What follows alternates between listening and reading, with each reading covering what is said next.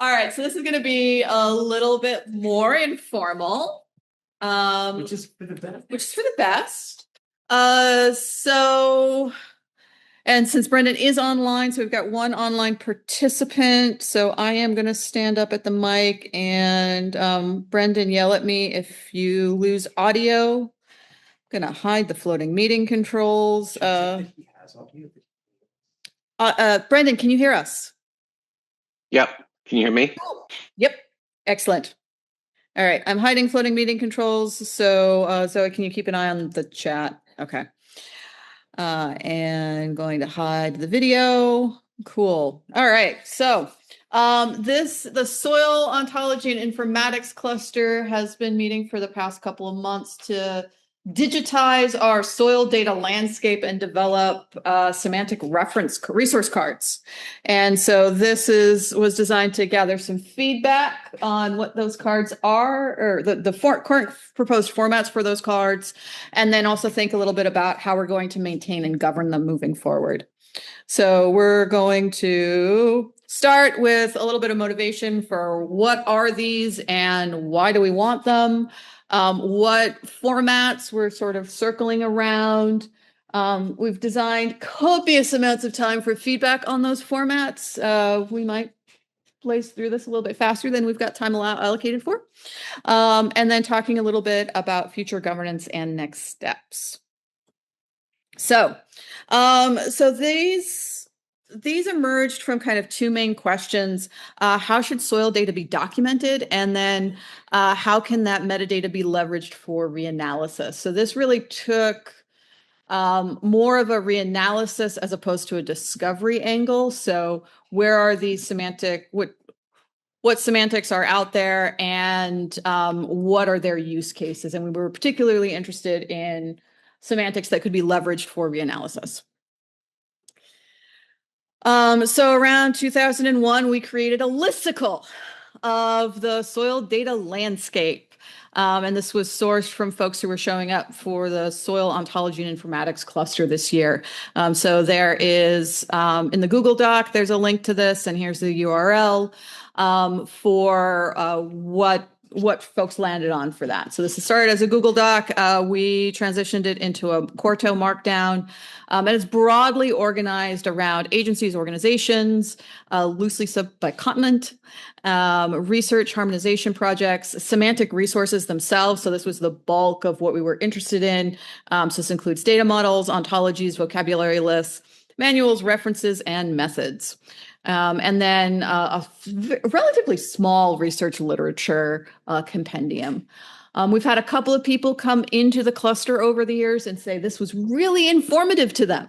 And they got enthusiastic enough about that this year. And the ESIP disaster cluster created the Disaster Trusted Data Now, which is a table of data resources. I think data resources, not semantics, data resources. They stood up, and that gave us the idea of, well, maybe we could make this a little bit more structured and start hanging some queryable tools off of it. So this allowed us to also refine the purpose, maybe tighten it up a little bit. It was very loose, kind of anything that you think people who are soil ontology geeks might be interested in, throw it in a document. And we really want to maintain human readability while providing enough machine readability structure to generate that UI UX interface, and also create a maintenance and governance plan. So this is about 5 years now. Some things have gone, links have gone stale, resources have got stood up, resources have gotten stood down. So what is the cadence that we want to maintain this resource at, or not? So we, in the quest to refine our questions, we want to know what semantic resources are applied where, specifically data holdings, and who is governing those resources. So that's sort of our key motivating question here. If you want to expand that out a little bit, this is what the cluster notes came out with. The cards should capture key informations about what data, holdings, APIs, models are described, semantics, by whom organization and people, as well as who organizations and peoples govern the data and semantic resources and how that is communicated. So publications and forums. So this is a little bit more expanded, but this is the general gist of what we're hoping to capture here. Right, so here's an example. The Soil Survey Laboratory Manual defines the preparation and analytical procedures used in the NCSS soil characterization data, the lab data mart version that is stewarded by the USDA NRCS. So this would have three entities linked together here: the manual, the data collection, and then the organization there. So as I said, we were talking this year about what format these resource cards should take. We really liked the open knowledge format, which has a very minimal YAML header followed by a more maximal markdown body. So this gives you the machine readability of the YAML with the human readability and extendability in the markdown. We really like the idea of an iterative improvement plan. So we were starting to get stuck on what should the YAML fields be? Should they be controlled vocabularies? Which controlled vocabulary should we use? And we decided to just shove everything into the markdown body for now. Keep the header fairly minimal, although we're interested in what y'all think about the fields that we ended up going with, and revisit this in 6 to 12 months and see if there's anything that we want to uplift as YAML fields. And of course, we want to leverage existing open identifiers and standards. So ISO 8601 for timestamps, DOIs, BibTeX formats for citations, things along those lines.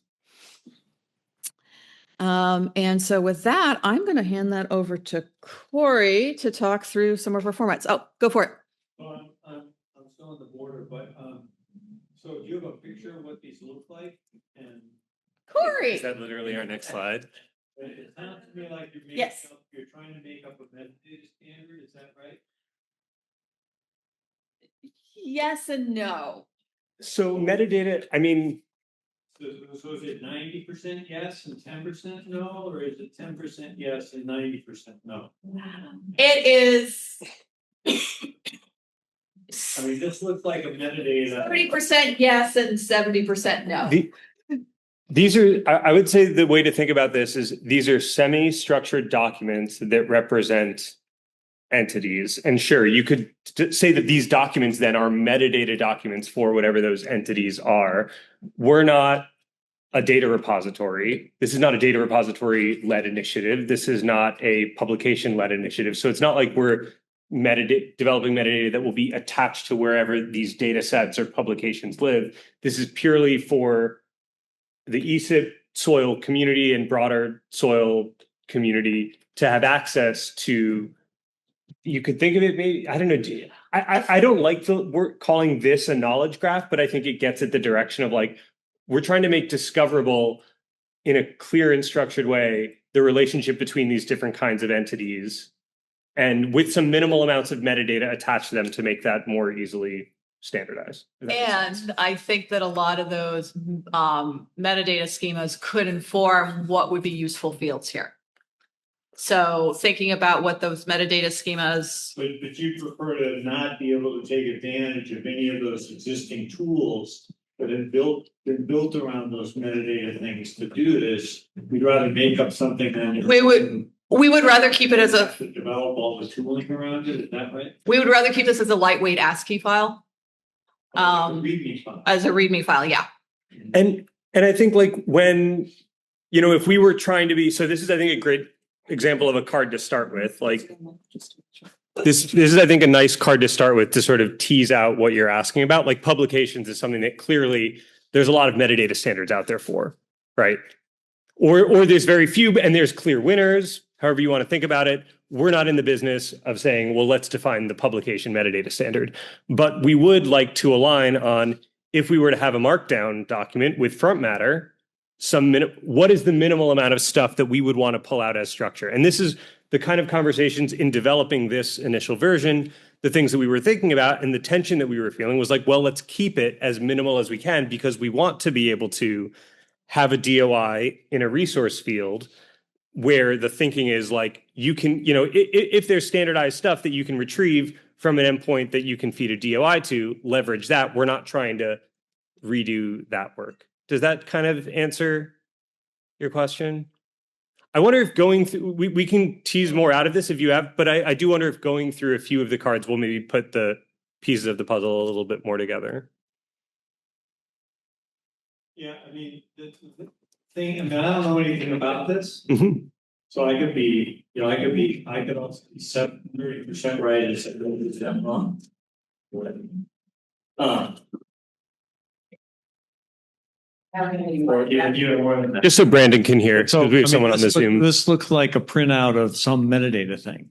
I mean, and for a publication, it could be Crossref, say. Sure. And Crossref has a type, has a lot of different types, in fact. It has a title, it has an abstract or a description. Resource looks like an identifier for this thing that it has. They do citations, certainly. Tags are subject keywords that every metadata thing has. And timestamps, there's a lot of different kinds of timestamps. So, I mean, why? Because we want to create the inventory here, so. Yeah, but why not? I mean, there's a lot of inventories in the world. I mean, I tend to vote against making new things and making up domain specific, very specific things when they have to do with metadata. That's just my bias. But it seems to me that you could do this in a way which takes more advantage of existing capabilities than this. Well, let's keep that in mind for the discussion. University of Florida. So we'll come back to that, Ted, in 5 minutes after we run through a couple of these examples. Yeah. I think one of the things we were realizing as a group is exactly that we didn't want to come out and create a completely identified schema, but we wanted to have elements that we could cross-reference for the cards to build that sort of referential connections between the entities. And where there is, I think that we were the one thing that that we haven't put here on a slide is what this like OKF format does explicitly mandate, and that is sort of our chosen base level structure that we're working with. OKF. Open knowledge format. So this was recently published by Google. It's a format that they're developing specifically for this use case of you have a folder with a bunch of probably markdown documents, and you're treating that both as a human readable and an agent readable kind of context. And this is because of the way that all of the agentic development stuff is working, you're having lots of markdown files that agents are using to store different parts of context. The OKF format from Google is to have, and it's a very minimal subset of these, a type which identifies the type of resource that you're talking about, and title. Those are the two required fields for them. And then the rest, I think most of all of these other ones that they've explicitly designated as optional keyword fields, with the optionality that for a specific type, you can add as many as you want. And then you use the markdown body to, like any other. So Google also gave us schema.org. Yep. And it sounds to me like you could be, trying to sell schema.org here. Mhm. It has the same things. You can have domain specific and type specific things. You can have a bunch of different types. So why not schema.org? Well, I think schema.org is a much larger initiative that has a very specific context, which was for web discoverability, right? Of, putting that sort of like meta HTML tags into websites for search engine machine readability. Our context is we're creating a centralized resource on GitHub for soil informatics context resources, and the governing that and the structuring of those resources is sort of the question that we're posed with. Should that be transposable and useful for other communities? We're certainly open to having that conversation, but We're taking a small step above a list. yeah. That's the short answer. I mean, I don't want to Mhm. like derail everything here, but so are there any other resources about soil that are already out there that you're improving on?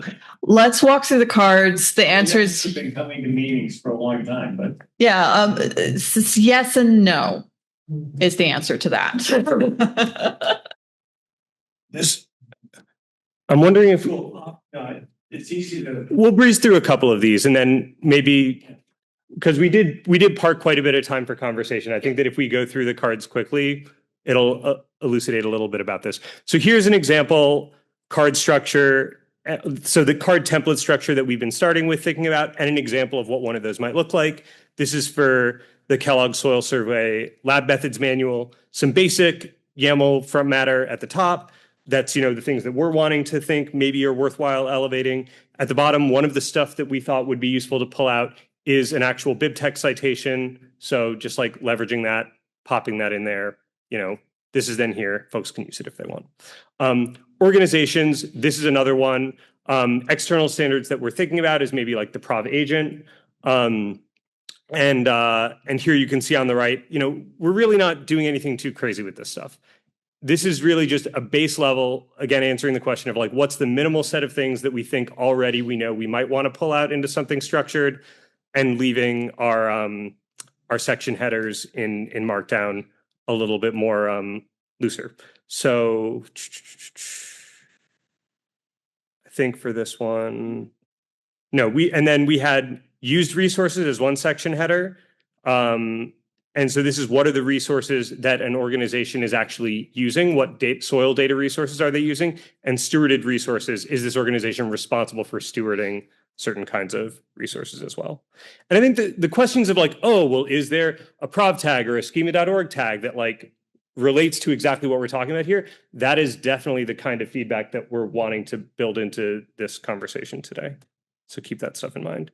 This is an example org card for the actual Kellogg Soil Survey Laboratory. You can kind of see what that looks like. Data collections, catalogs, and archives. This would be a card type for, I would say like an umbrella group, both that represents data holdings and also like API services. The example for that, and then the section headers for this were access, so list of relevant URLs for actually accessing the data, hosting organizations.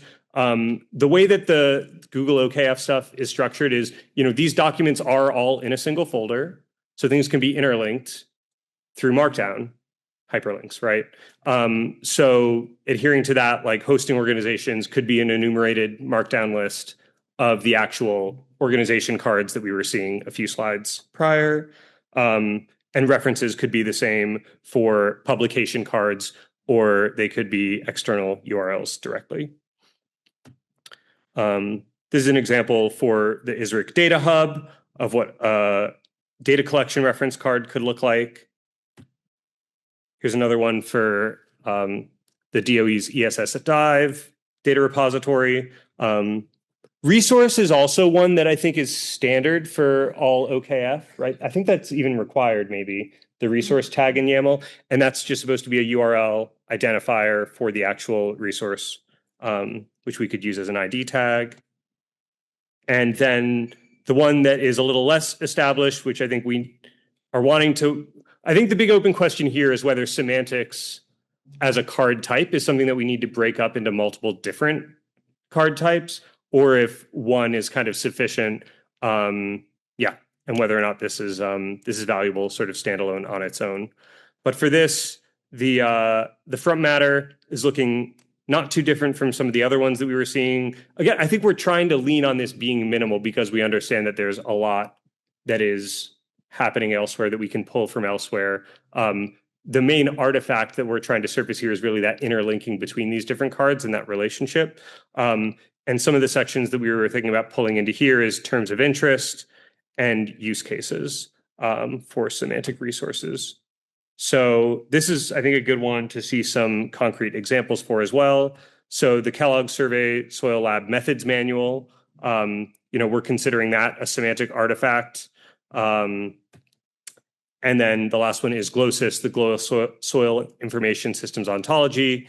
That's also a semantic artifact that, within the scope of this project, the way we're thinking about this is like, these are all resource cards that we're trying to document and interlink the relationship between them to be able to expose things like which kinds of APIs and soil data repositories are referencing and making use of which kinds of semantic resources. So, the kind of like meta semantics of all of this stuff, we are trying to be as lightweight with as possible. Definitely interested in plugging into certain kinds of, identifiers and external vocabs where we can.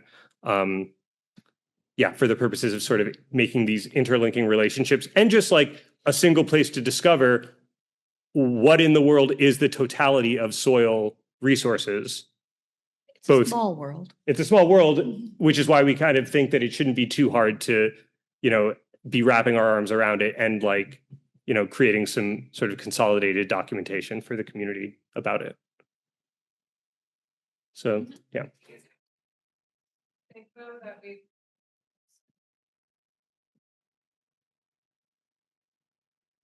Do you ever start to think that maybe we've already like fractured things too far for an effort to really knit things back together again? Because I mean, it is a small community. But as with any community of humans, like got a lot of feelings, right? And there's so many things that have looked similar to his point over time. Like people kind of get a little fatigued with being able, like, being asked to do another thing. And I guess I don't know. I hate when it comes back to this, but it always does. Like, how do you get people to do this? Right? Like, what's your plan for actually like saying, because I mean, I run some resources within DOE that have soil data. Like, is your ask to us to do this? No. Is your ask to, like, you have zero ask from us. You guys are going to build all these. Yeah. And then how do they get used then? Who's using the agents? Just use them? Historically, people have come to the soil ontology cluster and been like, what's this whole soil ontology informatics-y thing? Oh, you have a list of, I haven't seen that vocabulary before. Exactly. So it's almost more a sense-making exercise of people who are maybe more domain focused than informatics focused. We're hoping the cards are going to be lightweight enough that if someone happens, for example, someone from the DOE happens to wander by and say, oh, your ESS dive guard is out of date. Here, let me fix that for you. That would be welcome. But they could also just send us an angry email and go, your ESS dive card is out of date. And we'll fix it. So the idea is to make this slightly more semantic-y than just having it being a list, but light enough weight that it's a resource that humans can build off of.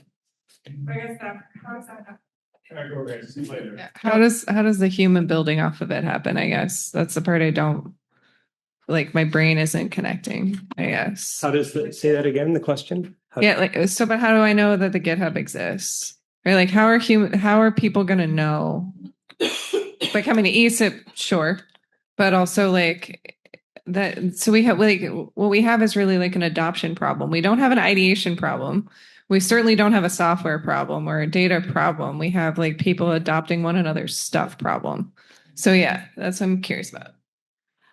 So my response to that is generally community building and things like the ESIP cluster to highlight different semantic resources and different use cases. We've certainly had people come into the group and say, how do I use semantics on my database or things along those lines or in my data set? So having a resource like this to point to say, here's a list of all the relevant stuff, and here are some use case examples for you. That's really the goal here, as opposed to creating something for the agents to crawl. I also want to come back to some of the history stuff, which is that the creation of the content, a first draft of this was done in 2021. We've had that as a resource within the cluster community, and people within the cluster have been asking, it would be great to have this not in just one markdown file that is like too hard to read or too long to read. And like, we're in 2026 now.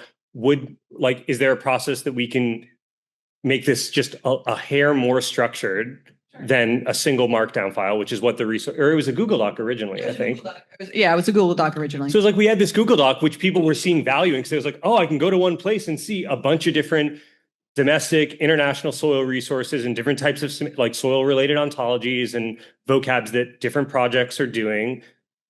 That was one doc. And this is just a project to try and modernize that a hair and try and think of it more as a persistent maintainable artifact instead of just, oh, it's a Google Doc that we made in 2021. And so I feel like the questions that I'm hearing are like valid if this were like a project where it's like, we're trying to impose this standard on the world, but it's been a useful resource and we're trying to upgrade it. And we're curious to see within the broader ESIP community, are people doing this process in other clusters? Are people having these kinds of conversations? And like, is this sort of meta process something that like, we're doing some way, and, is there feedback on how we should be doing it slightly different? Or yeah, the meta process is happening, usually in the context of describing a resource or describing a model or describing data. There are cards for everything, right? Everyone's using like sort of this Google structure. Yeah, I just have a hard time, and this is probably a personal struggle, so I'm sorry for bringing this up, but we're a relatively small group. But it's like, like I see things like DOIs, right? Everybody uses DOIs differently. Everyone uses all these things that are meant to like sort of help with like labeling and structuring. Like humans get creative, which is super fun, but also like a little chaos inducing. And so like RO crate files and all this other stuff, like it's like, how do you maximize impact with things like this? And I can certainly appreciate like wanting to have a little more structure on helping people find what's there. But then it's, I guess, helping the people who come to ESIP, and then hoping that there are enough representatives here within ESIP that are out in the community that are then letting people know that this exists, which is a bummer because I work really closely with ESS Dive and I didn't know this existed. And we do soil stuff. And maybe someone I work with does know, but it's just, that's what I mean. It's really hard because there's just so much stuff. Proud of myself for not swearing. Yeah, no, I definitely hear you. And one of the reasons why we pulled back on trying to create really detailed YAML descriptions is exactly that people have been developing metadata standards for a long time, and there's a proliferation of those standards. And all of them are slightly wrong for your use case.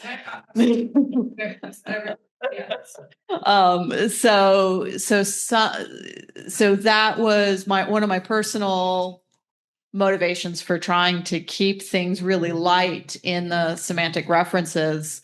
And we've got other people in the cluster who wanted to use these cards differently than I want to use these cards. And so they're like, oh, it would be really useful for my use case to put. I'm like, okay, I guess we could do that. So I like this balance between having that free text markdown and having the queryable YAML. I mean, all of it's queryable. It's just a little bit more annoying in the markdown than it is in the YAML.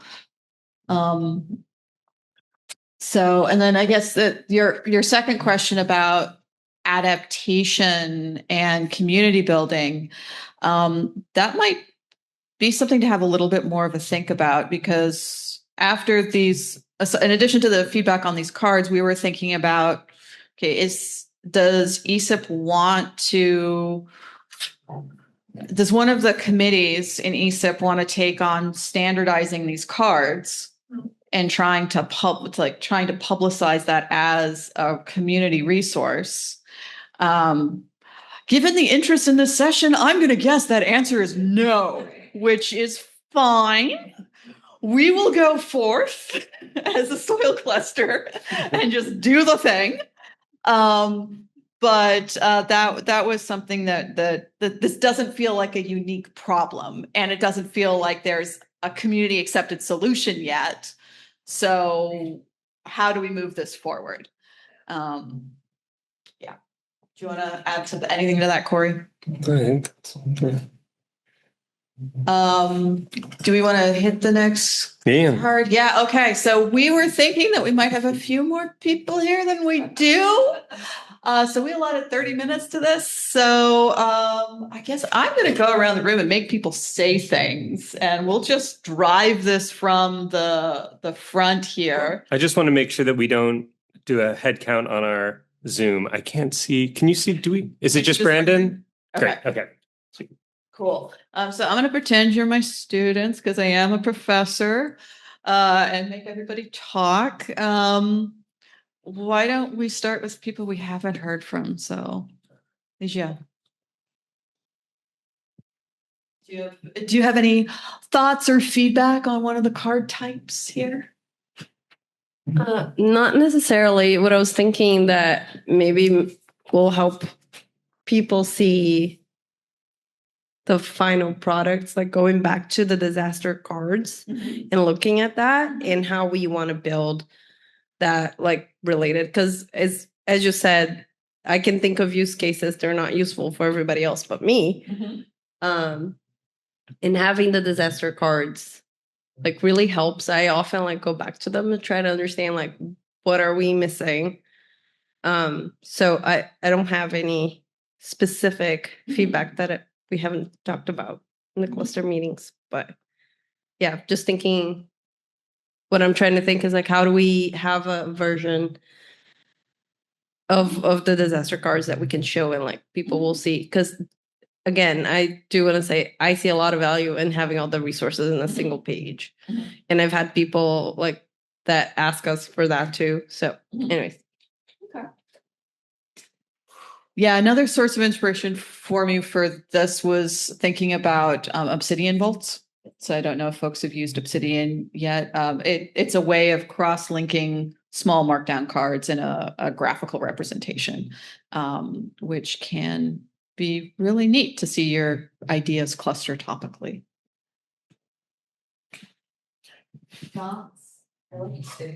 Thank you.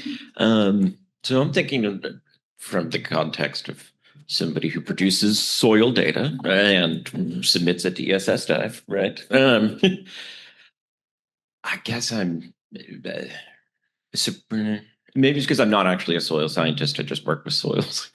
That some of this is a surprise to me how much different ontologies, and I guess I shouldn't be surprised now, but I might be.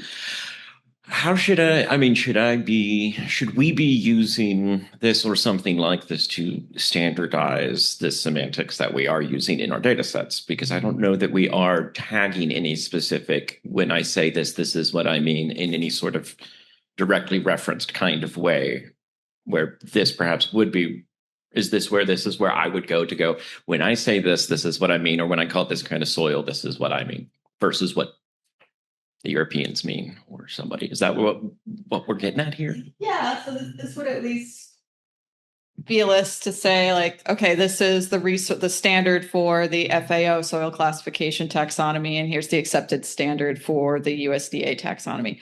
Any soil scientist will already have known that context, but being able to tag this as references. I have a controversial take on using standards for individual research data sets, which is I don't know that we should use standardized vocabulary, because research data is generally very novel data, either in the experimental design or in the observations. So I personally think it's a bit of a fool's errand. But that being said, not there's only so many ways you can take bulk density.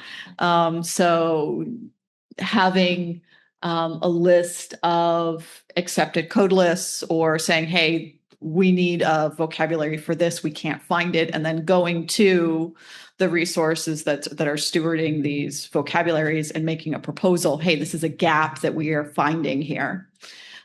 This is this in my mind might be a way to elevate that. I just want to add to that too. One thing so I'm a soil scientist, but I'm not a modeler, and I work with a ton of modelers now. And I have found out they describe the same thing in very different ways. And this is why I thought this was like such a great idea, because I'm struggling to find like what all these modelers mean when they talk about land use. They find different ways to describe a crop. And so if I'm trying to come up, and we are where I work right now, we're trying to come up with ways that we can develop benchmark data sets. They're model agnostic. How do we create a level 1 of data that actually encapsulates what the land use is going to be for a specific model? So I've been trying to find all these semantic resources, and it's like they're everywhere. And I'm like, every time I think like, okay, I found 90% of them, I find out that I didn't. So anyways, just wanted to make that plug to like. So we can reduce that effort. Yes. And say, here's all the ones that the person before you tried to find. Yes. It might not be all of them, but it's a starting point. And then we can build off of that. So. I have a comment, sort of a thought of a response to something Joshua was asking, which is how, like, is this an initiative to try and standardize or provide guidance for like how we should tag? Is that that was part of a question that you were asking? And my thought is that hopefully the production of this collection of resources is something that we can use as an ESIP cluster community to start to just grok the question of like, how complex is this web of different existing resources being used by different kinds of data holdings?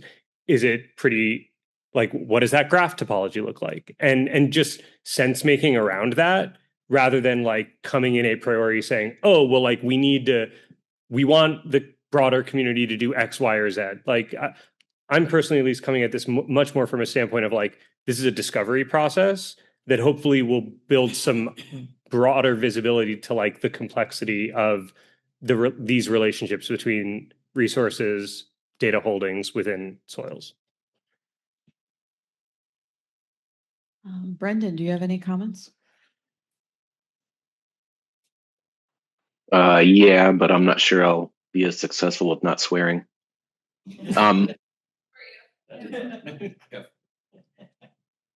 Yeah, I think just to touch on a couple things, I don't think we're trying to create a standard. It's extractive, not prescriptive. We're trying to curate the things that are useful for a specific domain. And the other thing, well, one of the other things, the relationships, at least the things that I've been exploring, the relationships are the things that are of value and don't exist. The fact that you might be tagging a publication because it's used in a specific domain, or you think it's of use for whatever, your research group or for you, and then are linking to what data has touched that resource or how that influences a different resource. And I'm not talking about references or citation metrics. I'm talking about actually like this method was implemented, this analytical method is described here and it's implemented here. And all the data that are in these holdings adhere to this method or are meant to. I think that's sort of where we're going, is trying to figure out the relationships between the products and how they relate to models, how they relate to data. This is the first cut of trying to work out what that space looks like. And I'll just park that there because like everything else is muddied right now.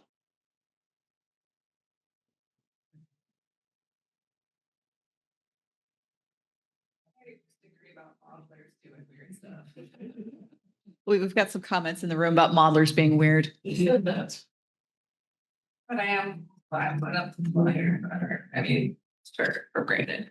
I'm an applied math person. I'm not a bio, I'm not an earth scientist. I actually feel way more at home here than I do when I go to like the bioinformatics discussions. I'm like, wait, you guys are just tossing strings around, matching them, and magic happens, which I'm like, there's no math. At least I can relate these things to mathematical models and different types of ODs and PDs. But yeah, then it all comes back to the semantic challenge of did you mean the same thing?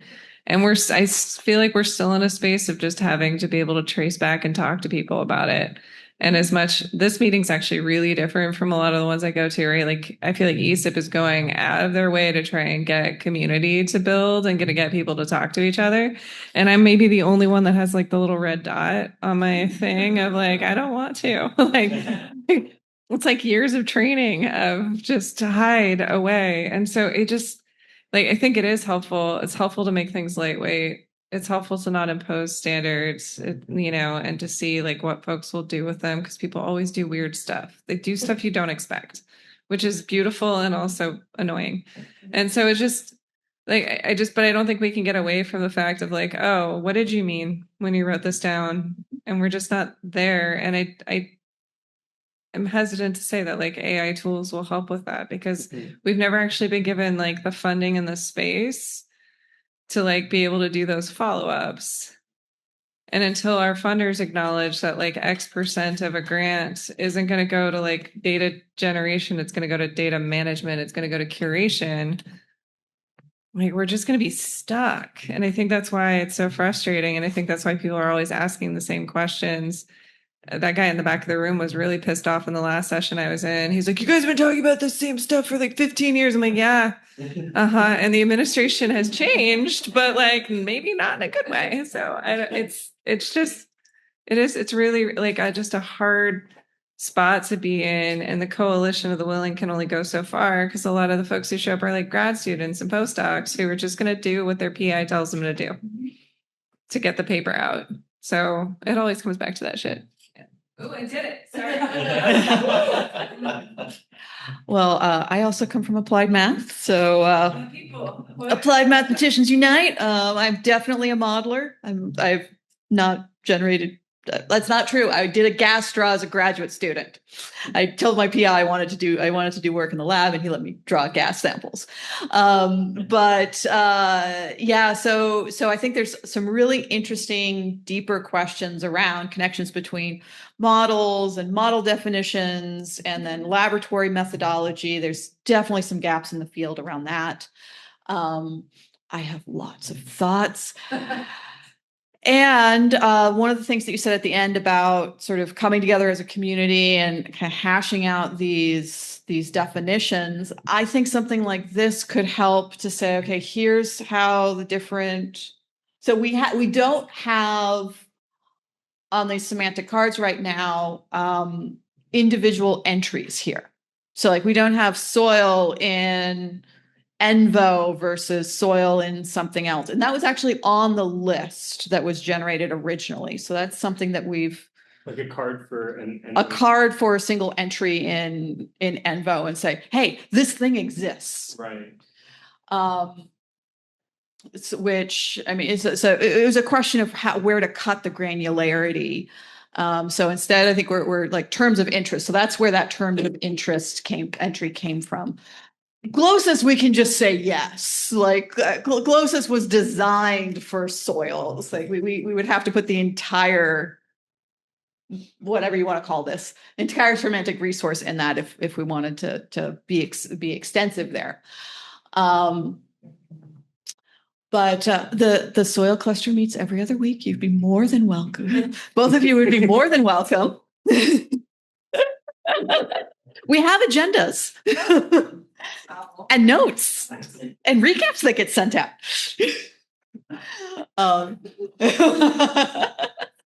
So I like to think we run a neat cluster. But I think one of my hopes for the soil cluster here in ESIP is to be a space exactly for that.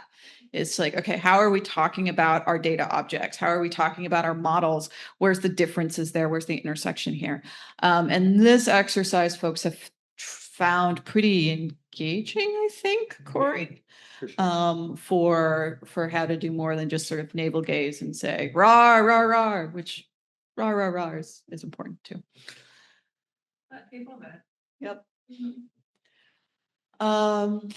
Okay, so what I'm not hearing is specific changes to these. I'm hearing that folks like keeping it lightweight, don't think too hard about it. Give us an internal reference object and cross-link it out to DOI or RAR or something along those lines. Corey, do you have anything you want to say? I think that this, yeah, I mean, we are where we are with the process, but I think that visually representing this, like once we have the actual data set that we've started with, a trial run of that ingested into this, I think it'll be much, much easier to look at it and be asking questions like, how much does things make sense? So the other thing that I wanted to talk about in the next slide here. You want to jump here so you can? Yeah, is to just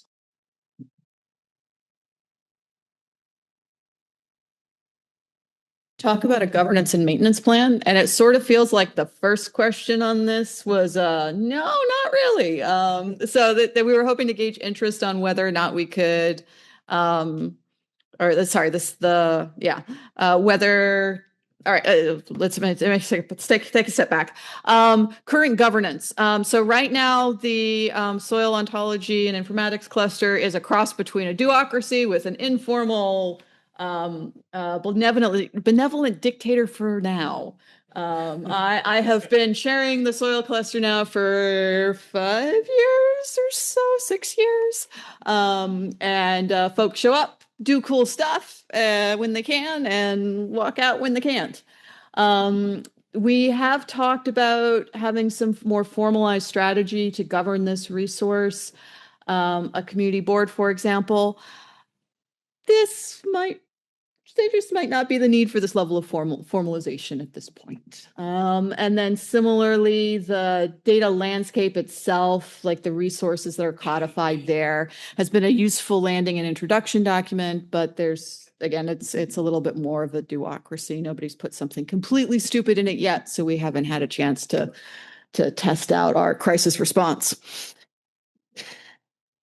Right. So we've got two things that we're thinking about our governance and maintenance plan on. One is the card structure. And then the second one is the content of the card itself. And so we were trying to gauge interest if the card structure was an ESIP thing or not.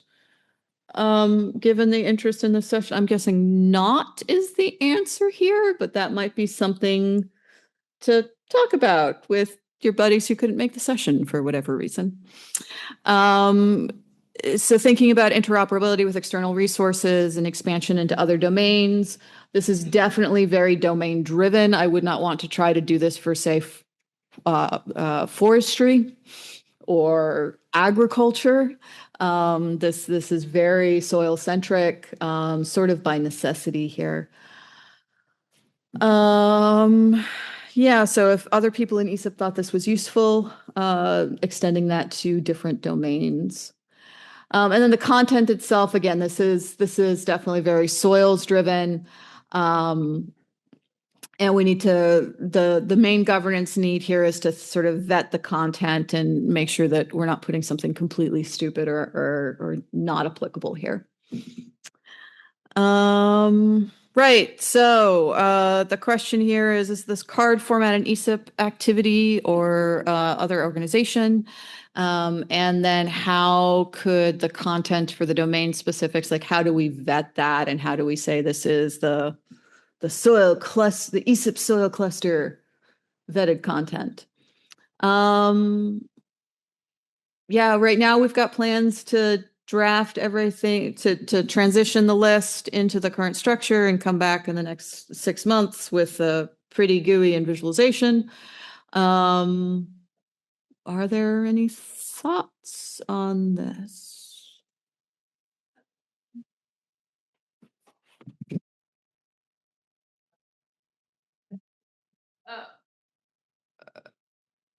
I think this is absolutely a reasonable way to do this. One of the things that the Genesis Mission Project has done is they've had a data broker and standards team that put together the structure for all of the, star cards that were going to be used. And they do have them in a repository for people to look at and offer feedback on. Mhm. For the most part, people didn't have a lot of feedback. They just filled stuff out. Mhm. So I think if ESIP puts this forward, just as this is what we're doing, Mhm. probably like people will do it. And I think getting people to comment in wherever the repository is totally fine. I don't know. So, sorry, so I'm hearing that this more or less aligns with well-trodden path here. In the last 6 months, yeah. Any other thoughts? What would make it worth your while to use this or to refer to it?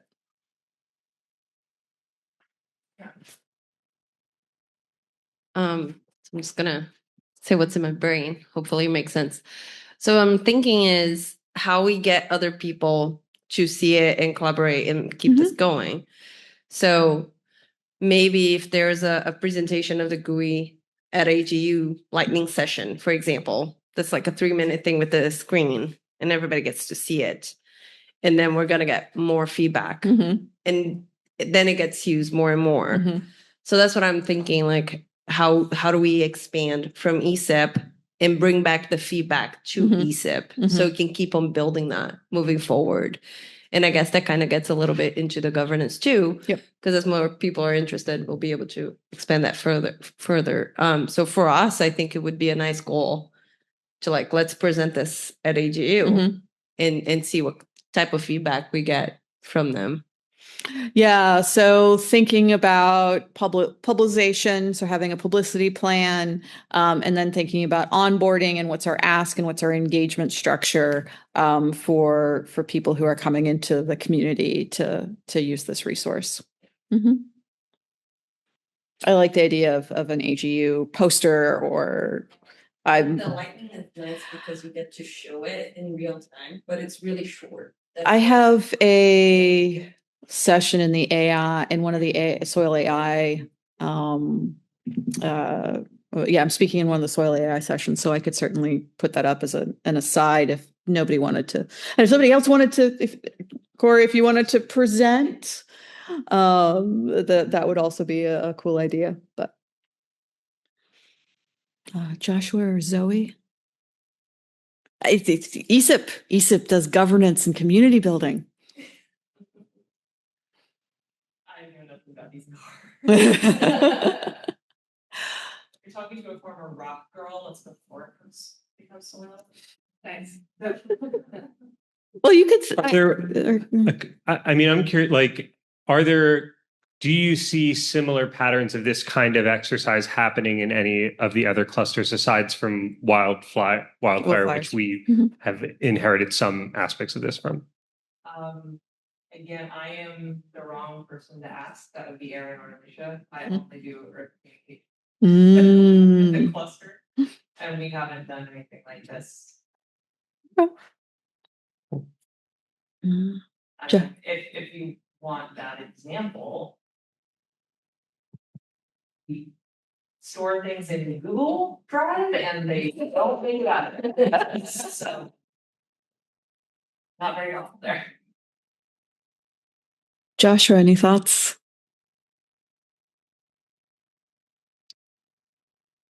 All right. Okay. Brendan, thoughts? I like the AGU idea. Yeah. No, other than that, it's still muddy. Okay.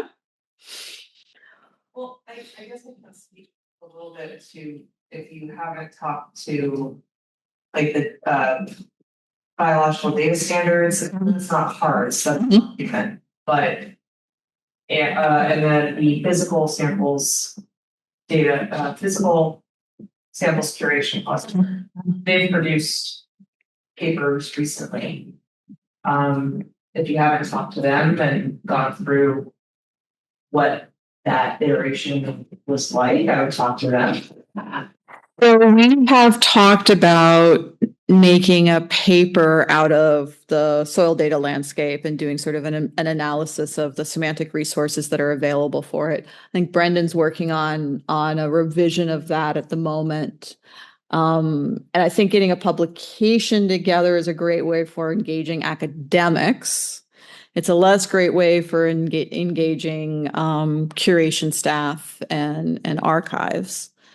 But that would be another idea to build engagement. All right.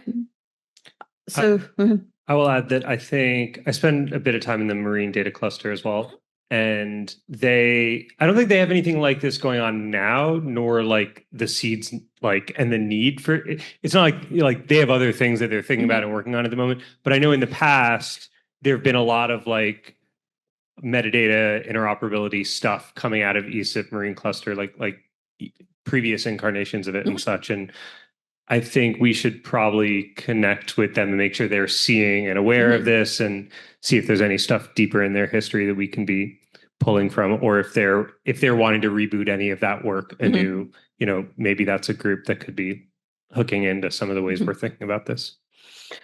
All right. So what I'm hearing folks say is that we're not doing anything that's too insane. Keeping the cards light as opposed to worrying about the YAML fields and getting the content populated and getting a GUI, a web page up, or instructions on how to port this into a YAML a Obsidian vault. So getting some of the visualization queued up, and then thinking about our publication and engagement strategy. So AGU, whether it's a poster, a lightning session, or blurbs during a presentation, possibly with a publication tacked on the end if we can think of a clever way to do that. And keep talking loudly to small rooms repeatedly. So that's been my takeaway here. I'm seeing some nods in the room. Yeah. All right. I have no problem ending meetings early. None whatsoever. Thank you all for coming. Corey, do you have anything else you want to say? Thanks for coming. Yeah. Thanks for showing up and hanging in and sticking with us. And I'd love to talk more about models and model data integration. And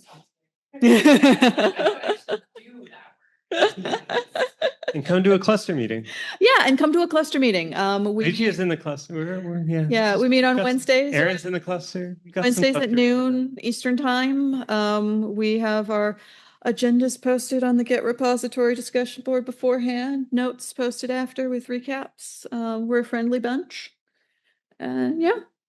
And we lean in, we work through the details of this, like on the calls a bit sometimes. Yeah. It's a production meeting. Yeah, it's a working meeting. I feel like you have the most organized agendas I've seen out of all these clusters. Thank you, I think. All right. Thank you all for coming.